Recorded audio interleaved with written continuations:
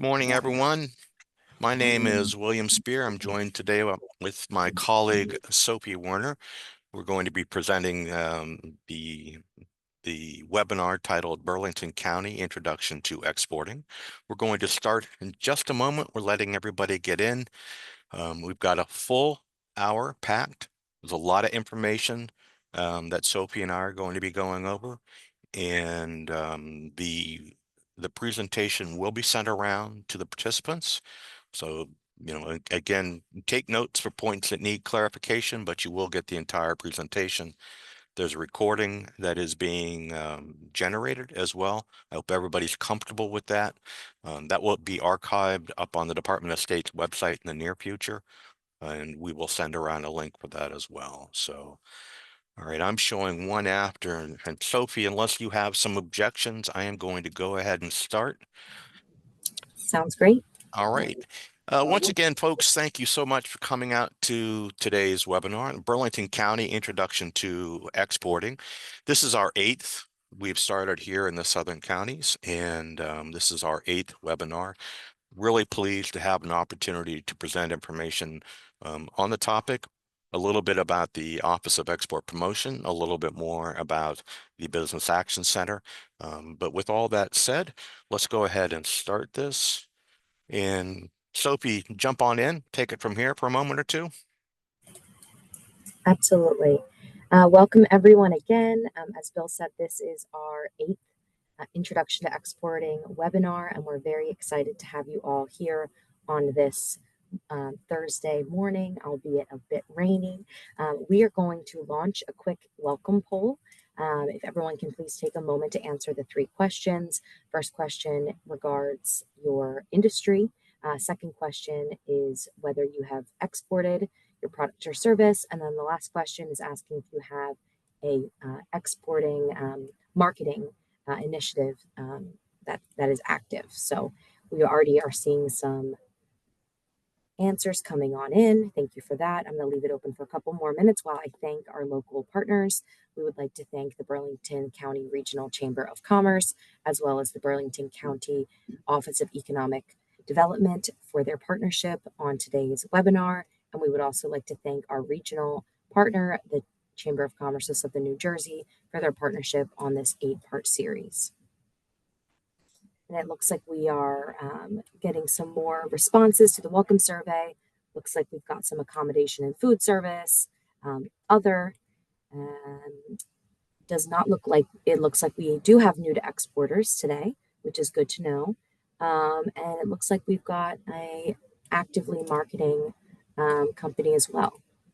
All right, for those that selected other for their industry, feel free to add to the chat and send in a little bit more information about what kind of business you are in, so we can tailor our examples throughout today's presentation to your business. Thank you so much, Marielle.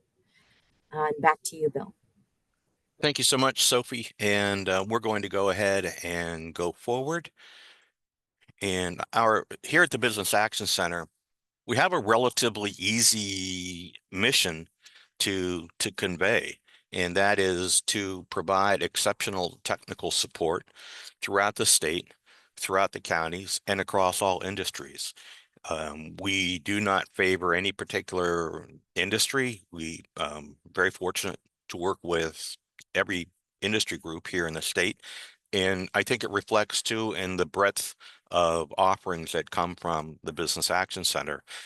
And very closely aligned with the mission is our vision of ourselves. And that vision is to not only provide those services, but to be a contributing member, just to be in the midst of the vibrancy of which the state's economy is. One of the great joys of being in Trenton and working within this particular area is that we have a chance to see the economy and the different companies throughout all the counties, and it is an exceptional state. We are something like the eighth or ninth largest economy within the country. Amongst the states, we are, I believe, the 24th largest economy in the world if we were a standalone state, packed into the 21 counties. So, there's a lot going on here within the counties and within the states, and it's a pleasure to be here, present that today, and to be in the midst of that economy, irrespective of the industry.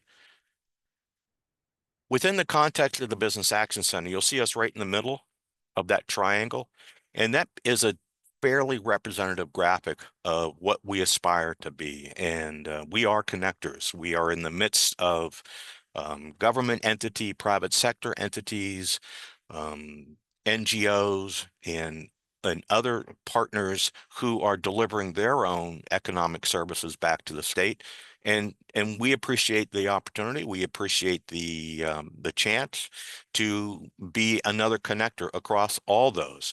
Now, with regards to Sophie and I and our colleagues, Marielle Wolf, who is joining us on the webinar today, and Jean Chang, we also have the pleasure of working with international entities as well. You take what you see there and just draw one more circle around it and include international community. That's where the Office of Export Promotion makes its living. And here you see from not too terribly long ago, our group picture. A lot of people in there that I suspect everybody recognizes. And in the middle part is Lieutenant Governor Way, our Executive Director, Melanie Willoughby, as well as our other colleagues here in the Business Action Center. And one more point about the Business Action Center is the information we provide is paid for through tax dollars. So when you call us, when you engage us, there is no direct cost back to you. It is those services and the expense of those services are covered through tax dollars.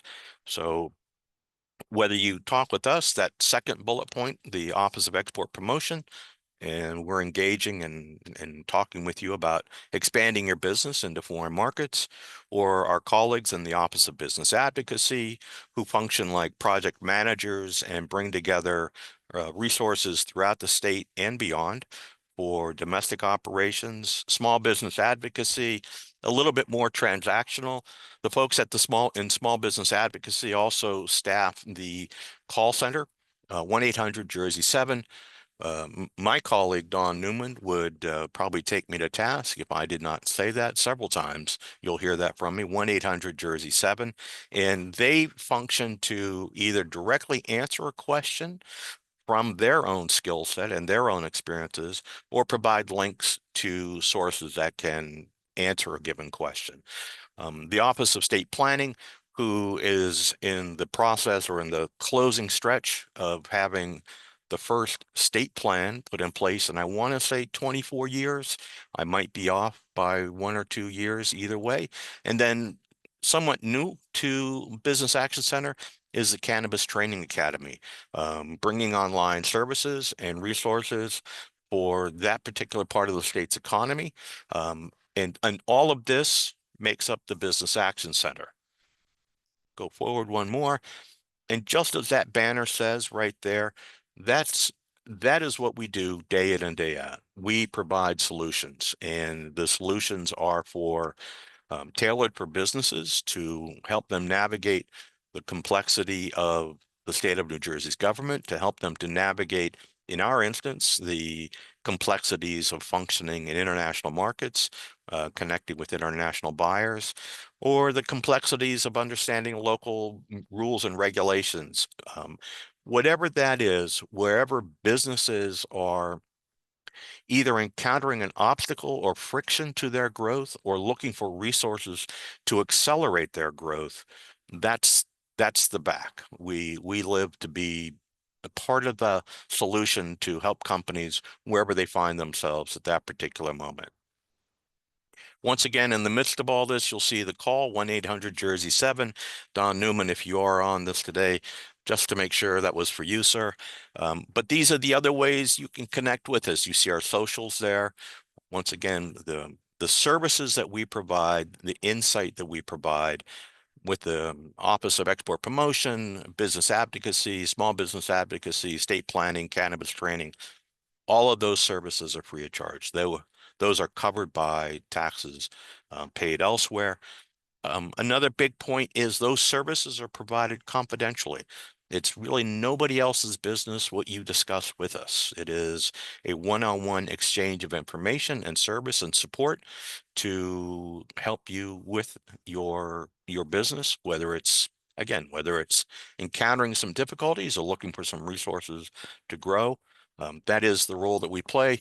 And our goal also is to be relatively quick and accurate about that. And I'll toss on that last word there, careful. We also in this office would call it intentional, but it is our intent to put that back into the hands of executives and business owners to help them address the moment in which they're encountering or build for a moment that might be longer term with regards to growth here in the state. All of that having been said, the conversation now comes around to our office here, the Office of Export Promotion, and it exists to work with companies of all sizes into the state. Believe it or not, there are large companies that will actually reach out when they require either a technical document or a technical piece of information with regards to exporting. Not too terribly long ago, we had a Fortune 500 company reach out. They were looking for a certificate of pre-sale, and we were able to provide that. So it is all companies of all sizes. We are open for business for all of them. Where we tend to concentrate are on the small and mid-sized companies. Those are the companies that don't have the resources. They don't have Jean Chang, Marielle Wolf, Sophie Warner, or myself in their office, in their business to provide the expertise that we have. And so that tends to be where a lot of our efforts and results come from, are those companies. And it is to help them to grow their sales, their international sales, as well as create jobs here in the state of New Jersey. We also here have a role in that second bullet point called export advocacy. Sophie, in a couple of minutes, is going to be talking about the value and the practice of planning. No matter how thorough any plan is, there's always going to be a moment in which something doesn't go quite right. And this office is here for that as well. And that's under the broader umbrella or broader topic of advocacy. And then we also manage foreign trade zone number 44. This is a bit of a technical part of the office. It works with companies who are bringing product into the company and doing a value add upon that. And the foreign trade zone is a federal entity or a federal mechanism that allows for the delay, reduction, or complete elimination of duties and other fees prior to being re-exported onto markets around the world. We manage that as well on behalf of the state. But those are the three areas in which the office is most frequently engaged. And with all of that, we're going to start in on the actual business process of exporting. And I'm going to ask Sophie to rejoin the conversation to kind of set the table for, the business case for exporting and then beginning the process or the conversation about planning. And with Sophie, I'm going to get out of your way. You just tell me when you want me to go forward. Thank you so much, Bill.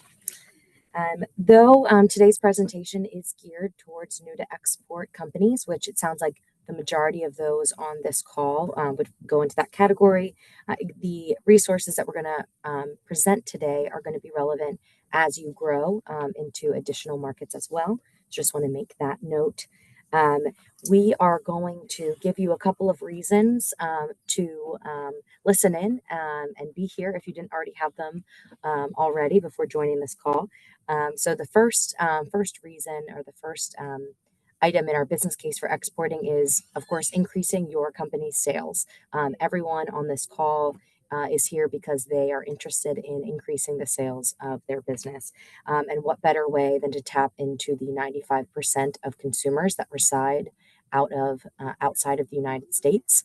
That is a great data point, but even better is the fact that 2/3 of buying power is located outside of the United States. So not just the quantity, but the quality of the consumer is outside of the U.S. borders, and small businesses can benefit by tapping into that market.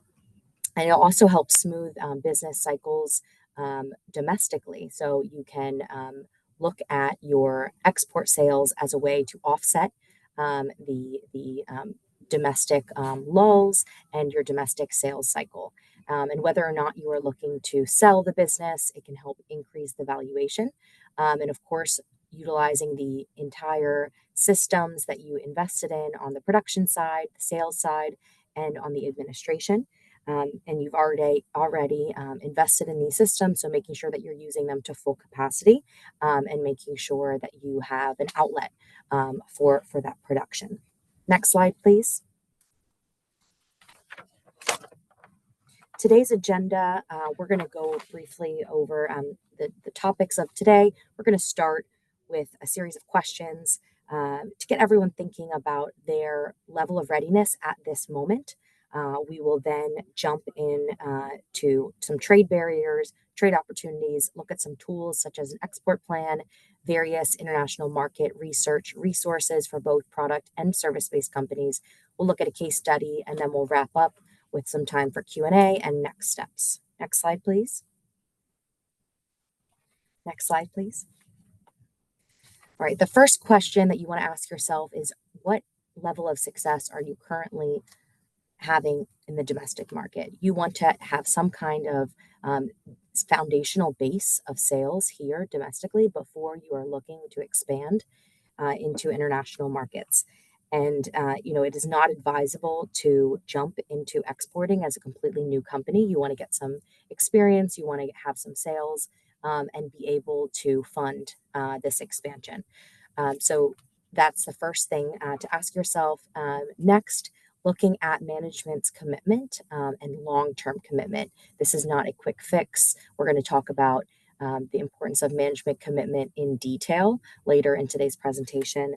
But high level, you want to have the management aligned in their desire to invest in this as a long-term source of sales for the company.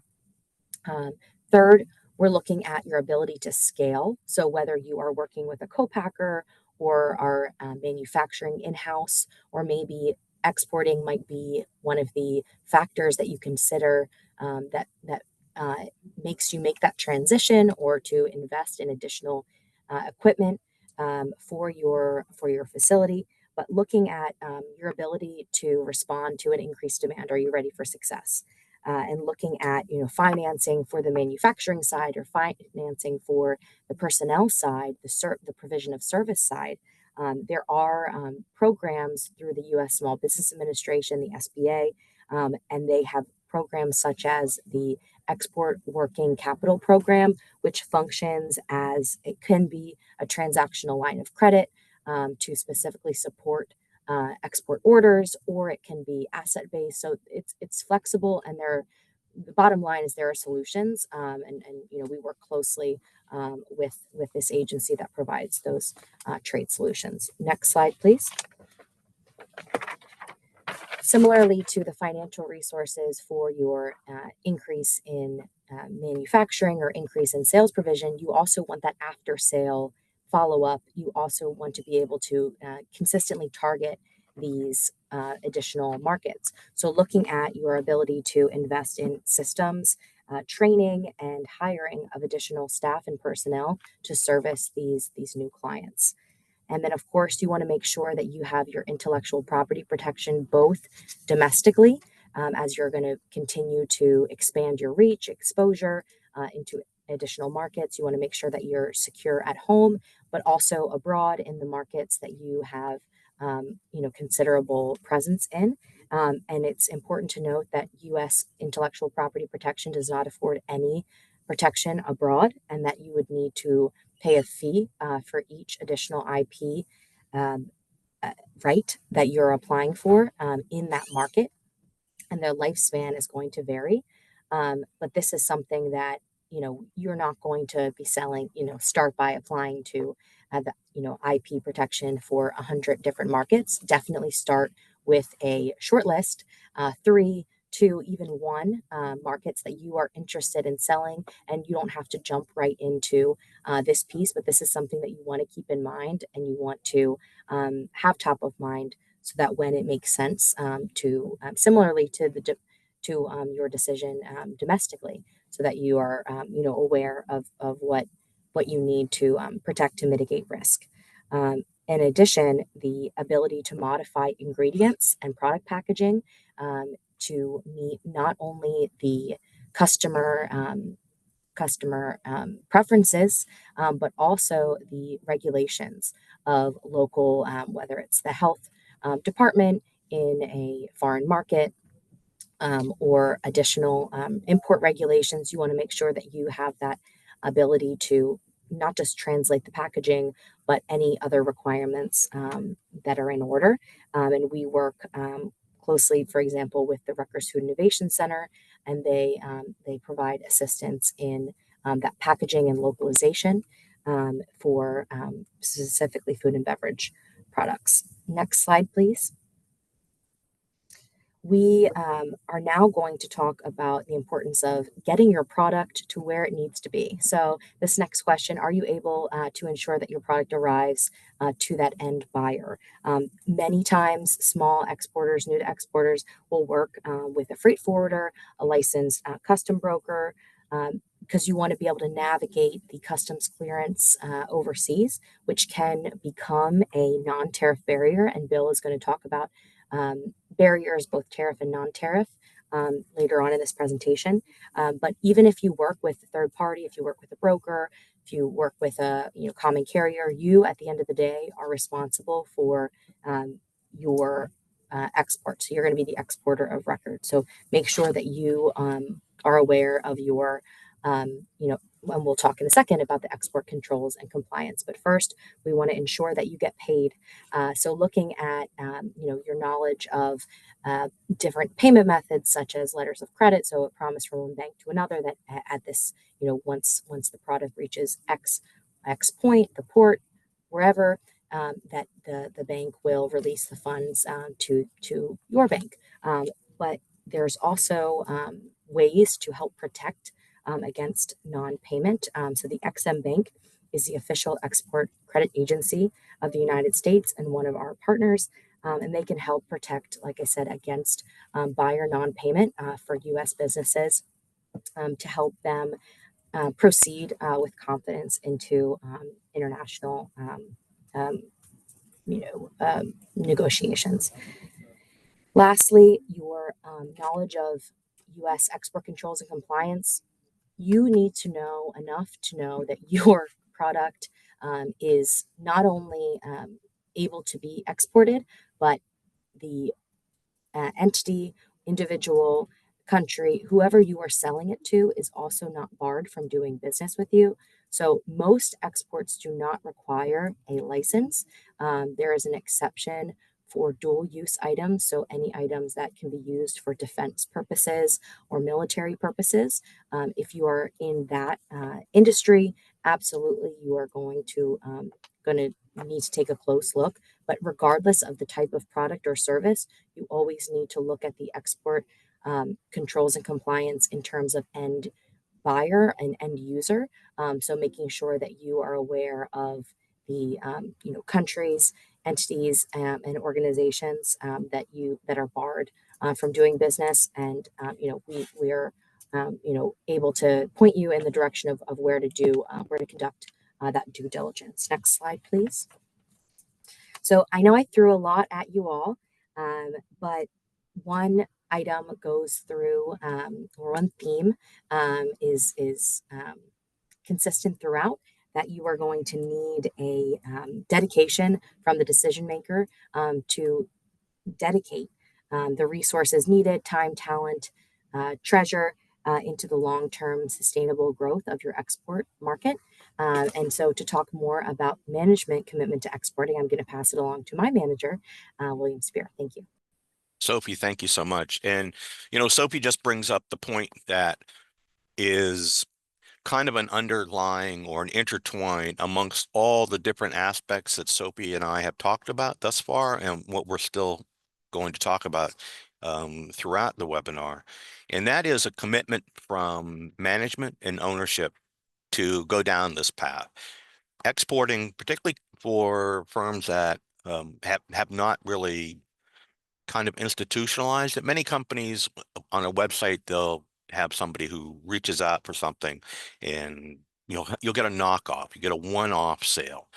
And technically, yes, the firm has exported underneath those circumstances.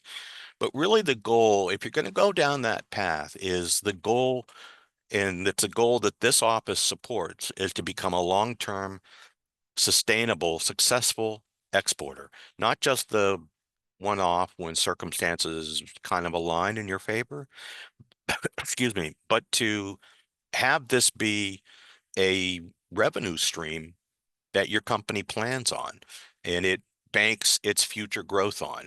So that can only come from having the support of the very top reaches of the organization, because there will be moments in which it doesn't seem like it's going anywhere, or it's not progressing possibly as fast as might want to be otherwise. But management and its willingness to support that through all these different scenarios is really what's going to be, as much as anything else, the key to the firm's commitment, or the key to the firm's success over an extended period of time. Once you get beyond that top reach of management and or ownership, as the case may be, is that next level down has to also encompass the same commitment. It's very easy in a corner office to say, yes, we're going to pursue exporting. But you then have to have everyone at the top of the other organizations or units within the firm to also be brought on board, and also to commit their time and energy as well. That means your HR team, your financing team, your marketing team, your packaging team, whatever directly or indirectly faces a client anywhere in the world, the company at that level, that top level, has to be committed to that same vision. And in that way, those folks at the top of those individual units within the organization, they then begin to function as ambassadors to the folks that are reporting to them or who are within their part of the organization.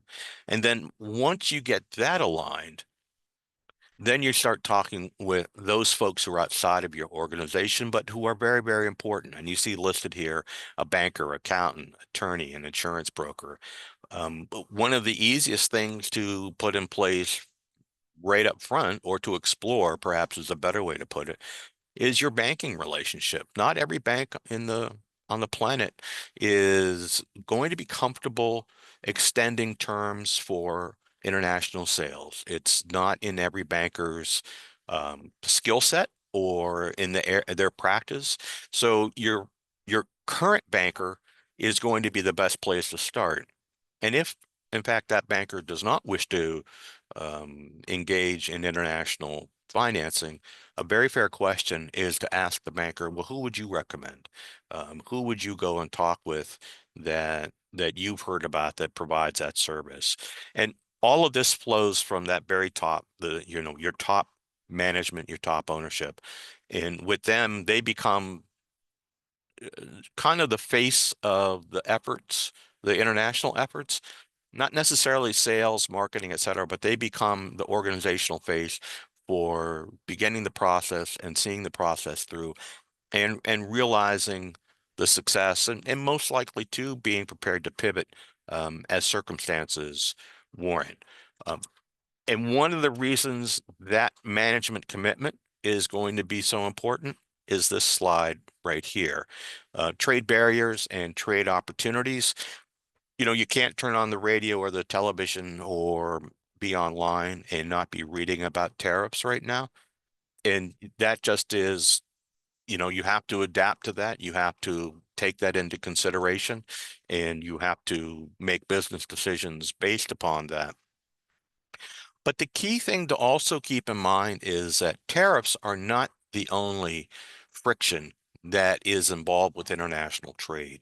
And as you see there on that top bullet point, non-tariff trade barriers, those are the things that happen typically away from a country's borders or its boundaries. Like go 10 kilometers in and suddenly you've got to have an inspection. Or maybe you need additional licensure or regulations or fees or inspections that are paid. And these things in and of themselves may not be the most onerous of dollar amounts, but the frequency and the nuisance level that they can provide really begins to dissuade foreign sellers from engaging in a market. And non-tariff trade barriers can also be by design for a country to protect its domestic markets and its domestic infrastructure. But be aware of that. Again, you can't turn on the radio, television, be online. The word tariff has become pretty commonplace. But the other part of that is, again, these things that are not so much in the news, those non-tariff trade barriers that those need to be explored as well. And that is another area that this office works to help companies as they're going down this journey, whether they're new to export or whether they're successful exporters or experienced exporters, excuse me, who may be looking to go into new markets. Now, the flip side of tariffs and non-tariff trade barriers are free trade agreements that go out of their way to reduce tariffs or obstacles between a country and maybe a bloc, let's say the CAFTA region or the EU region or the ASEAN region. And those countries, participants or signatories on there, may enjoy lower tariffs, lower licensing. One of the things about being in the food industry, there are a lot of federal agencies whose work and reputation is recognized around the world, particularly the FDA. Many countries will say, well, if you can prove FDA approval, we'll accept that as evidence that your product is quality and will be accepted here. And that comes into play oftentimes with a trade agreement, but that's a reciprocative type of resource to be investigated, preferably before you start the process, rather than have it just spring up on the back end. And again, we talked about some of the examples of the non-tariff barriers. Everybody's going to get this, so I'm going to just talk on one or two of these. The testing, labeling, and certifications, particularly if you're going into an economy in which English is not necessarily the primary language. The country has every right in the world to request labeling be put into the language that it deems is appropriate. And that is the kind of thing not always talked about, but that is the kind of activity that your companies will need to take into consideration for its own efforts to go into another country. Also, product standards. Again, everybody can see this. You'll get this here. But this is a representative listing of the type of activities that have to be or should be considered before going into a given market. On tariffs, we could spend 90 minutes and we probably wouldn't have enough time to go over all the different types of tariffs. The ones that are here are just the beginning. It can be partial tariffs. It can be tariffs on select industries. It can be quotas. One of the things that's evolving out of the current conversations around tariffs right now is that maybe it's not a full-blown tariff, but you will only be allowed to bring a certain dollar amount or a certain tonnage of a product into the country. So tariffs look into these as well. It'll be part of your business decisions to enter into a market or not enter into a market, but you do it up front so that it doesn't catch you off guard on the back end of the transaction. And again, some more types of trade opportunities, trade agreements, unilateral trade agreements, bilateral. Again, everybody can read these, particularly that bottom one, product specific agreement, that's evolving out of the conversation right now. It was either yesterday or this morning.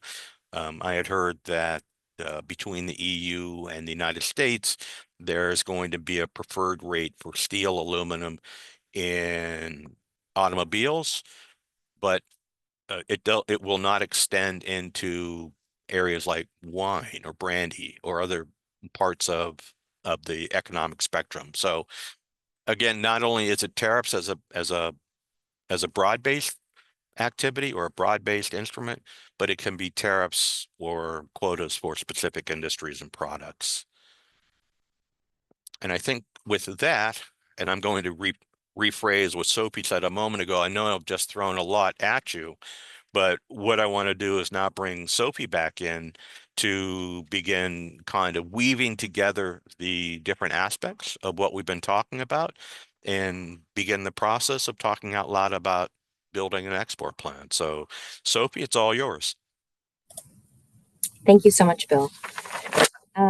And I'm going to kind of start by saying, as you are going through the process of researching, you want a place to put all of this great information, a place to organize it, to make sense of it for yourself, but also your team, the other members of your management, but also prospective investors, bankers, other partners for your business. So this list of key items to include and consider when you look at your export plan development may look very similar to that of your startup business plan or the business plan that you have hopefully since updated and kept current. Just like your business plan, your export plan is a living, breathing document, and you want to make sure that it is serving you and serving the purpose, so that it's not being created now in August 2025 and then going on the shelf to collect dust and not being referred to. So you want to make sure that this is something that is dynamic. So for the product or service, we talked a little bit about adapting to local preferences and being culturally responsive. So something we just want to highlight here, of course, different cultures are going to afford different meanings to colors, icons, symbols. So looking at how can you make sure that your product or service in both the promotion piece is able to tap into the markets the same way that or tap into the markets in the same successful tapping into them here, because the same exact approach is not going to work, and you do not want to attempt to apply your US type of marketing tactics and messaging to a market that is not here. So making sure that you are an informed exporter and that you are respecting the local consumers and of course the regulations. So for pricing considerations, want to highlight as well, you want to make sure that you are still selling a profitable product or service. So looking at your landed cost. So that's going to be the cost of your product, your export product, consisting of the additional costs of logistics. So it'll be the purchase price with the shipping fee, customs duties, taxes, and any other associated costs, and making sure that that is part of your cost of goods sold calculation and that you are still making a healthy profit on those sales. You are also, going to want to ensure that your production capacity, that you might have a phased approach when you get to certain milestones and looking, projecting down the line and seeing what kind of ways you can scale up. If not in your current facility or current co-packer, looking at additional ways, but making sure that you are, in communication with your key partners about this expansion so that you are, ready and able to take those orders. Next slide, please.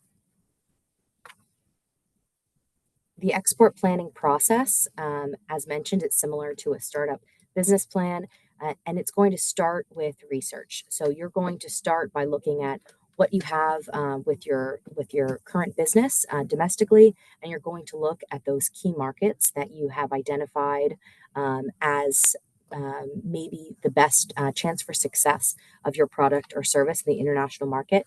So you're going to want to focus on 1 to 3 international markets, and you may be asking yourself, how am I going to narrow it down to 1 to 3? So some of the tools that we will look into later today are going to help give you a list of countries that are importing the type of product or service that you are selling from the United States, and so you can kind of get a feel for where where your commodity or where your service is going to help give you some leads into prospective locations, but also think about your existing business ties.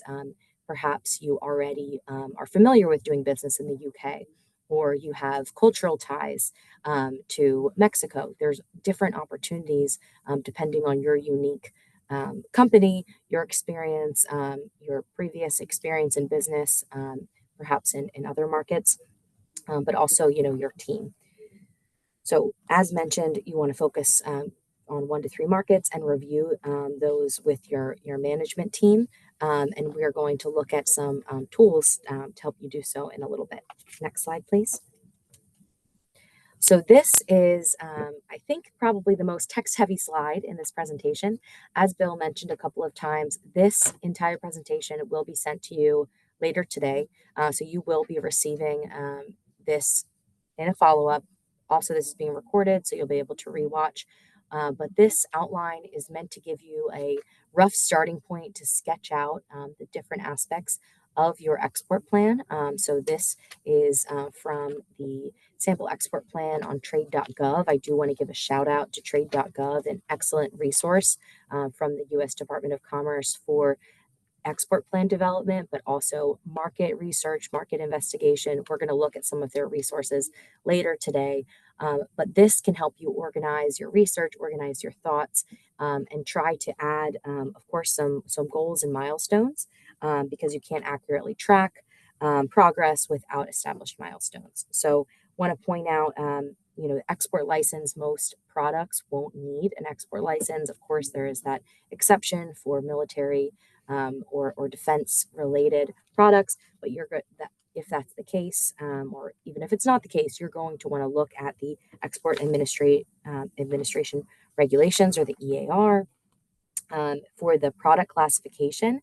And the export license will also go based on your specific product. So looking at product classification, you're probably all familiar with your industry classification, which is your NAICS code, North American Industry Classification System, and that's based on economic activity, whereas the product classification, as the name suggests, is based on the actual commodity or the product. So when we are looking at international trade data, you are going to be, if you're a product-based business, you will not be using your NAICS code. You will be using your product commodity code. So there's a 10-digit Schedule B commodity code that is used to track U.S. exports. It's administered by the Census Bureau. Yes, the Census Bureau does more than just the census and the American Community Survey. They have a wealth of data on international trade. But the first 6 digits of your Schedule B code are what's called an HS code, or your harmonized system code, and that is used worldwide to track the trade of all different kinds of products. And so it is built. The Schedule B code is built and just a little bit more specific for the U.S. market, but can help you track and see where products similar to yours are going. Next slide, please. So for your export budget, so you want to, of course, have not only the data and the research, but you also want to have those projections and look at the adjusted historical data and make presumptions for your your pro forma financial statements, but look at what kind of investments will you need to make. So whether it's marketing materials, travel, maybe you're looking to invest in attending a key industry trade show in your industry. That could be in a international market, or it could be located here in the United States. It could be a domestic trade show where international buyers are traveling to the U.S. You don't even have to leave the U.S. territory to connect with international buyers. So both are viable ways to connect with buyers, brokers, and distributors that are representing and looking for U.S. product to sell into their respective markets. And looking at basically your company's ability to repay, whether it's you're looking to take on a loan, or applying for a line of credit, or talking to an investor, making sure that your budget supports everything that you are looking to do. Implementation schedule, we talked about the importance of tracking, your milestones and seeing what works and doesn't work. The background facts and competitive environment do not discount the domestic players that are going to be competing with you, but also the other importers. So who else is selling into, let's say, Ghana, and who else is trying to compete for that market share, and trying to learn as much as you can about them, because you want to be able to distinguish yourself and your unique value proposition from what your competitor is doing. Next slide, please. So we are going to jump into several different international market research tools. Again, this will be shared, but I highly recommend, if you are a product-based business, you are going to want to bookmark this top link, which is going to help you understand your specific, or help you identify your commodity code. The second one is where you're going to be able to plug in that code and see where your product is getting exported to from the United States. And then jumping to the last one, this is the country commercial guides, which everyone should bookmark, because it's going to provide a wealth of data prepared by both Department of Commerce Foreign Service representatives and Department of Agriculture representatives that are co-located in U.S. embassies and consulates abroad. And then revisiting the third resource, if you are a service-based business, this is your favorite resource on this page. So it's the U.S. Bureau of Economic Analysis, their interactive data application. This is going to be where you track where your services, service sales, and service exports are going, and that will be based on industry. Next slide, please. So we are going to walk through each of these, but we're going to start with the BEA, or the Bureau of Economic Analysis. So you'll notice that there is a video to explain navigating iTables. I highly recommend, if you're about to jump into this data, take the time to watch this introductory video, because you may be able to figure it out, but this is going to cut down the learning time and help you really tap into more of the nuances of this data review. Next slide, please. To get to the tables that we're going to highlight today, you're going to look on the menu left side of the screen. You'll see international data. Next slide, please. And international services is within that. And then if you click on interactive data tables, next slide, please. Next slide, please.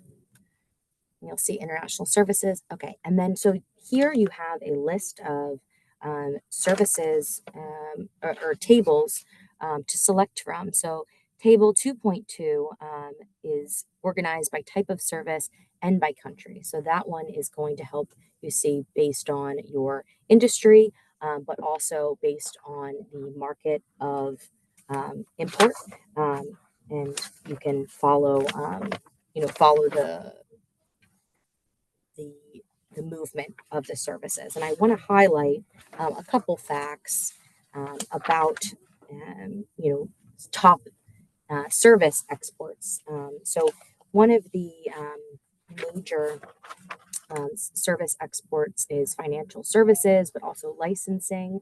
Those are one of the ways that U.S. companies can export their services, and it's also something that many people don't realize is an export. So we always want to highlight that. And some top markets for U.S. exports are exports of services are UK, Canada, Ireland, Switzerland, Mexico, the UK islands, and Japan. So as mentioned, financial services, licensing, also telecommunications and consulting are some of those top U.S. service exports.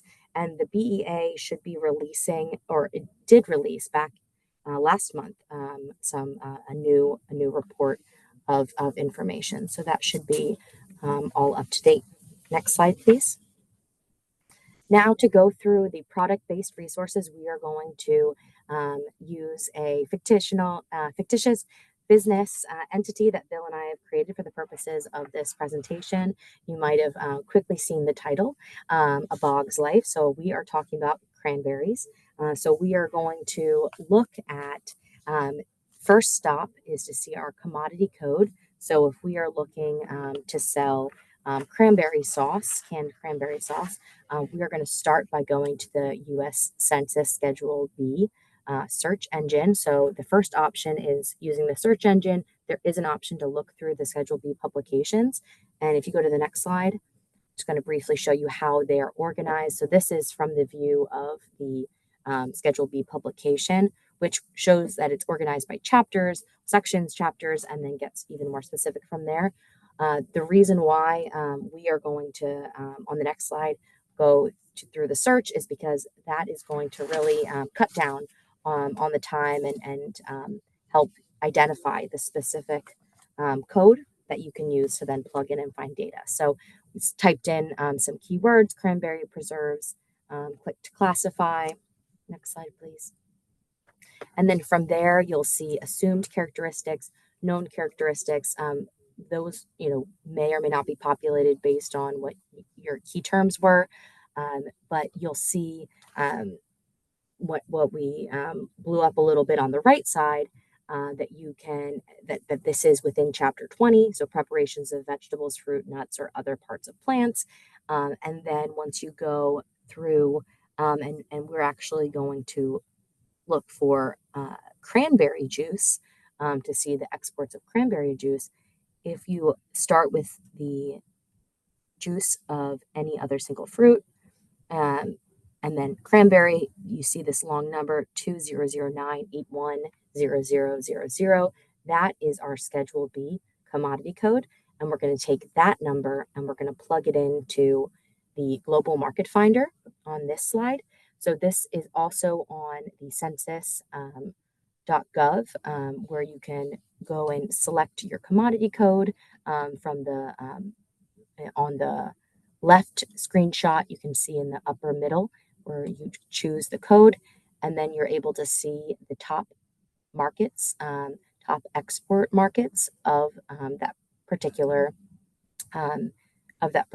good, and you'll see that the top market is the Netherlands. And you may be wondering, why is the Netherlands the top export market?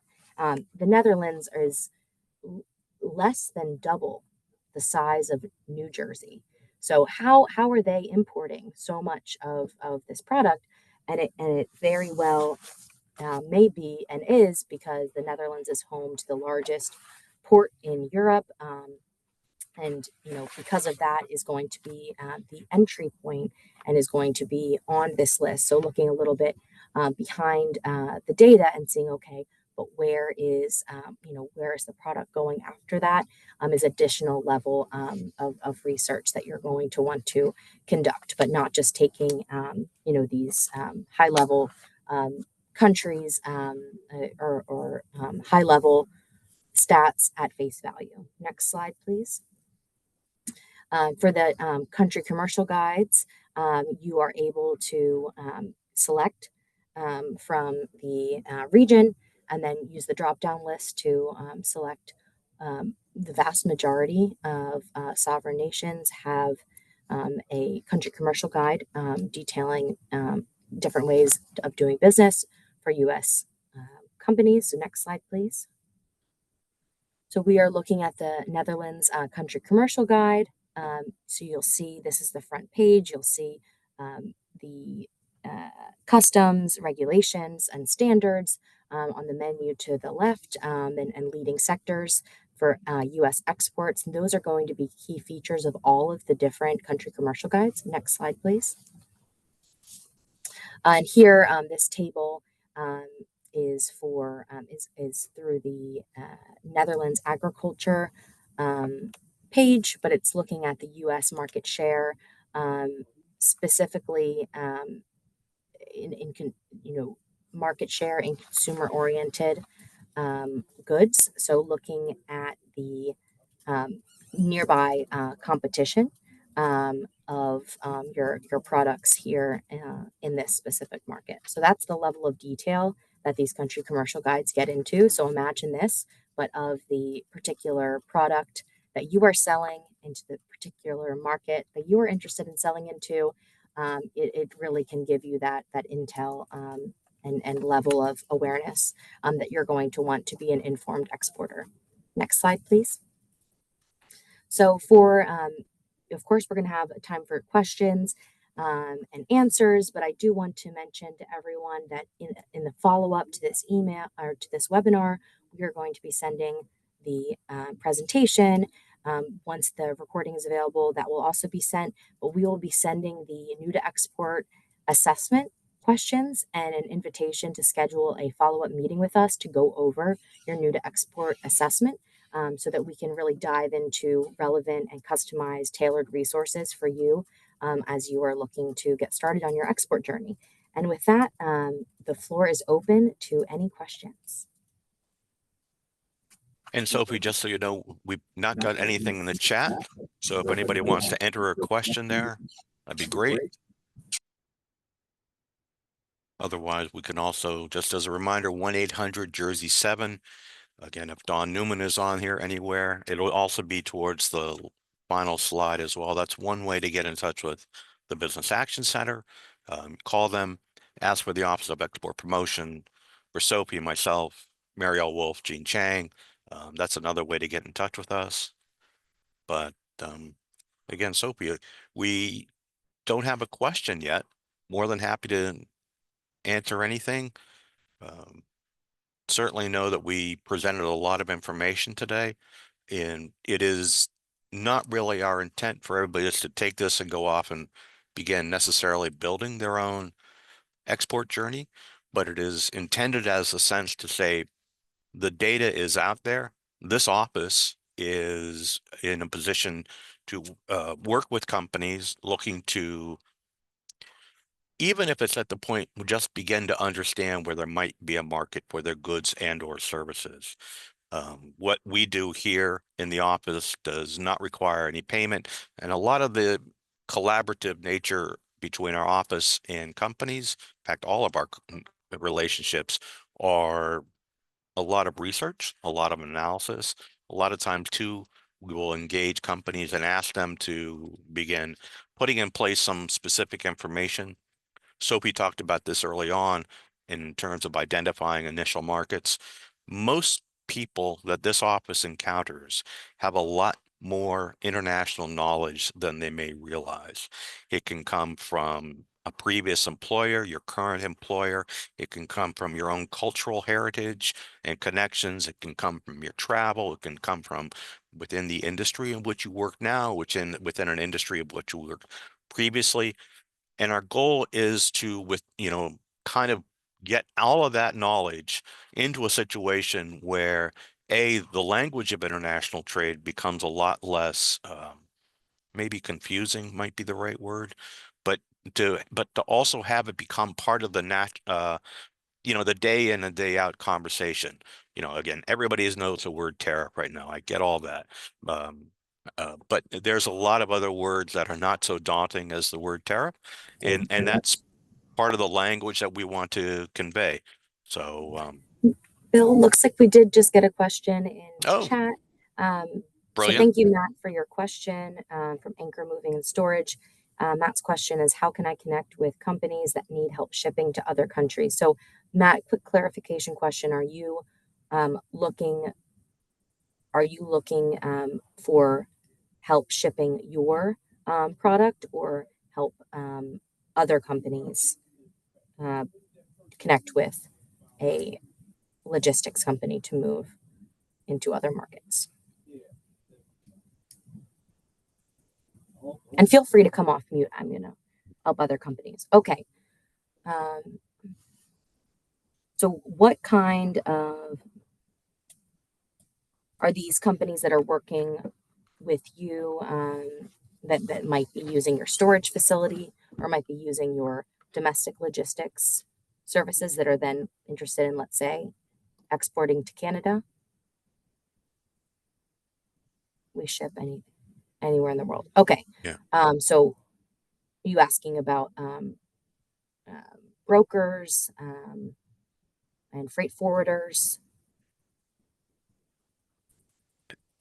And if I can Yeah, jump please, in Bill. just slightly on this, one of the things that will propel your search forward is networking opportunities, particularly, this is more educational necessarily than networking, but those instances in which if there are select industries and select markets of which your firm believes it can begin to present itself as a resource for those companies looking to move goods, either manufactured or made, into other countries, networking opportunities with them are going to be the best way to begin finding those prospective companies and begin to present your firm's unique value or unique proposition of value. That really will be the best way to begin to do that. In that regard, the counties are always putting on not just networking, but opportunities to learn about the other companies, the other industries that are there. Also, there are industry organizations that may be of value to you. Uh, I'm trying to think of one off the top of my head. But those would be, if our roles were reversed and I was sitting in your shoes, those would be the things or the types of activities in which I would begin undertaking to find those companies that will be best suited for you as customers. And another thought that comes to mind is the New Jersey District Export Council, along the lines of networking. The New Jersey District Export Council hosts networking events. So Matt, now that I'm understanding the question that you're looking for companies that are looking to export, and you want to help be that that shipper that can assist them in getting their product. Um, to the end destination. The District Export Council could be a resource, and there's also a industry group. I'm looking them up now. That I think Bill and I are thinking of the same. I'm drawing a blank, so you lead the conversation on this one. And maybe we can follow, Matt, if you want to drop an email into the chat, perhaps we can get you more information after the webinar and follow up that way too, if that helps. So I found the association. So the National Custom Brokers and Forwarders Association of America. So the NCBFAA. I'm going to type that into the chat, and I'll drop their website link. And they do have chapters based on states. And so that might be another way to get started with them. And I'll drop the NJBAC as well. If anyone else has any questions, feel free to follow up with us. I actually see one in the no questions, but at this time, thank you so much. Thank you for attending and for your interest in exporting and looking at ways to grow your business. So we'll be following up with everyone via email. I want to thank again our partners, the Burlington County Regional Chamber of Commerce and the Burlington County Economic Development Office and the Chamber of Commerce of Southern New Jersey for their partnership on this series. And with that, we will conclude today's webinar. Thanks, everybody.